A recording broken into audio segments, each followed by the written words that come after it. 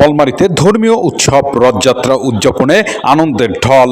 হিন্দু সম্প্রদায়ের অন্যতম ধর্মীয় উৎসব রথযাত্রা উপলক্ষে ফরিদপুরের বলমারীতে শুক্রবার ২৭ জুন এক বর্ণাঢ্য ও সুশৃঙ্খল শোভাযাত্রার মাধ্যমে পালিত হলো এই বিশেষ দিনটি।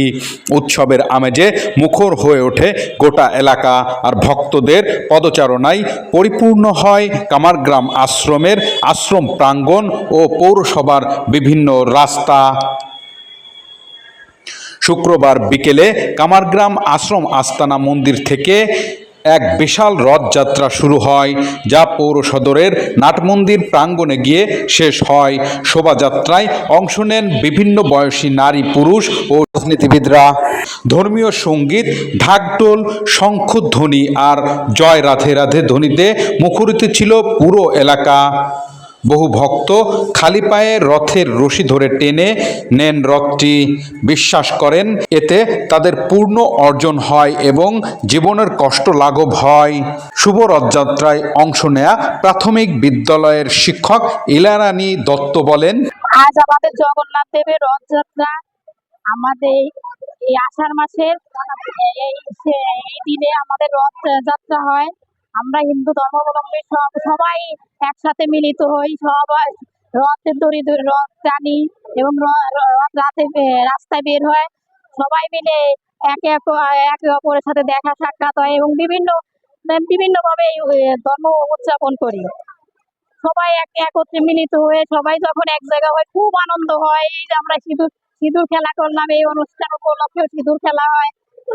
এটা হিন্দু ধর্মাবলম্বীদের জন্য অনেক বড় একটা অনুষ্ঠান, অনেক বড় একটা পূর্ণ রথ জগন্নাথ দেবের স্নানযাত্রা এটা বলে, স্নানের অনুষ্ঠান। খুব অনেক আনন্দের সাথে আমরা এটা উদযাপন করি।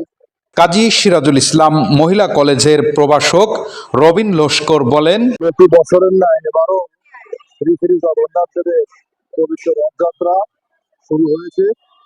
আমাদের কামারগ্রাম আমগ্রাম আখড়াবাড়ি থেকে রথ প্রতি বছর বলমারী বাজার রক্ষাচন্দ্রী মন্দিরে যায় এবং রক্ষাচন্দ্রী মন্দিরে অবস্থিত ইস্কন মন্দির থেকে শ্রী শ্রী জগন্নাথ দেবের রথযাত্রা আমাদের কামারগ্রামে এসে শেষ হয়।